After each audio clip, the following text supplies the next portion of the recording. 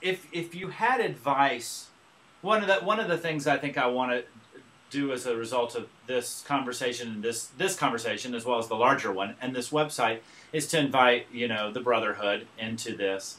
And what advice would you have to men at this particular juncture of humanity and our planet as they review the feminine? I think the one thing that I would say to them, I mean, to make it very simple and not too complex at this point, would be to say, listen to your gut. Listen to your gut as long as you can. Keep that communication holy, because that is your spirit and soul talking to you. And admire that, revere it, love it, and nurture it. And that is one way to access the more feminine aspects of life and to understand the big picture in a different way. And not to have that voice silenced by anything on the outside.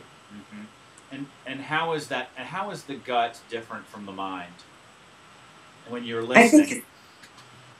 I think it's a combination of all your senses on a higher level than just sensation. I think your gut is the production of your mind, your soul, your spirit, and a knowledge that we don't know from whence it came. I mean, a deeper knowledge, a wider wisdom that has been handed on to us through biology, DNA, whatever the transfer. I think it synthesizes in the gut, in the intuition. And I think what you said earlier about men being told in so many different ways, to ignore that is really a killing sort of thing. It sort of kills the best part of the human. And I would just encourage men to listen strongly to their gut. I know that is one of the things I learned from President Gorbachev, was he's a man who listens to his intuition. And I know he's accomplished incredible things on this planet. But he is a man who listens to his gut and gives it credit. So I think he's a good example of what can happen. And he did miraculous things and is doing miraculous things. Yes. Thank you. Mary, any thoughts?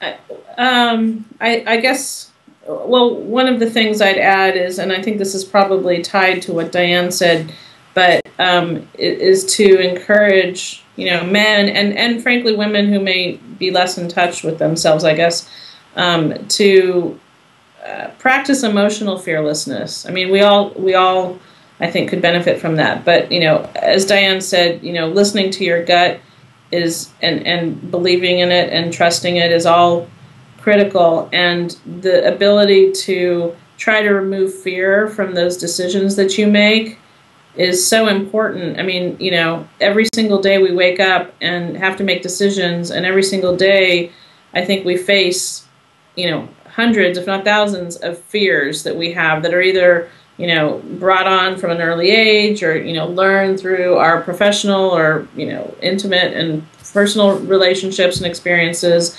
And I think, to the extent that you can, whether it's meditation or whatever you choose to do that'll get you to that place where you can try to be emotionally fearless, it moves away a lot of the cloudiness, and it helps you see more clearly.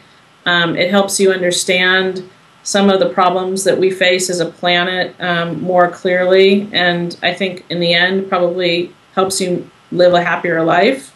It's like you can't help other things. You can't help the planet. You can't figure out solutions if you're not happy in your own life. And so, that to me, and I think again, like I know my girlfriends, all of us, I think, have gone to therapy. Like, if I could count the number of guy friends I have who have been to therapy, it's probably half as many, or maybe even a quarter. Yeah. Good point. Yeah. That was beautiful what you said, and I was reminded of one of the lessons I had from from Reba the horse last week with her foal Fiona was about mothering.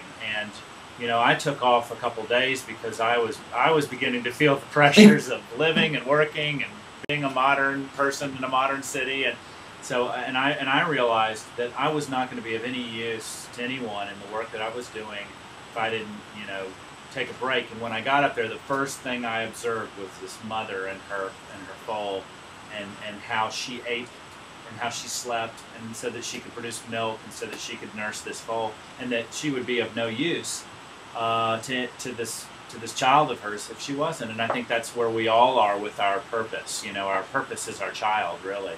Mm-hmm. You know? Absolutely. Yeah. So great. I think animals are great teachers. If you listen and if you trust what they're there to tell you. Yep. Yeah. They're amazing.